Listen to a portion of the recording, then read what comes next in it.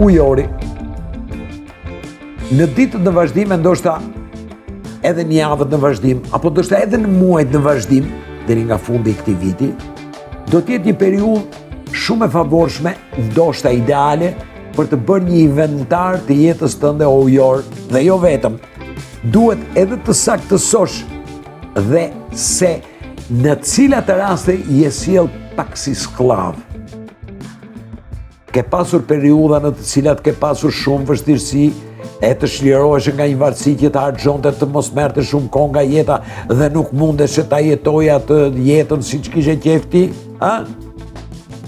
Ka një diçka që ti e bën edhe pse të dëmton si ty si ata që të rrethojnë? Në qofse po ja del ta ndërpresësh apo modifikosh,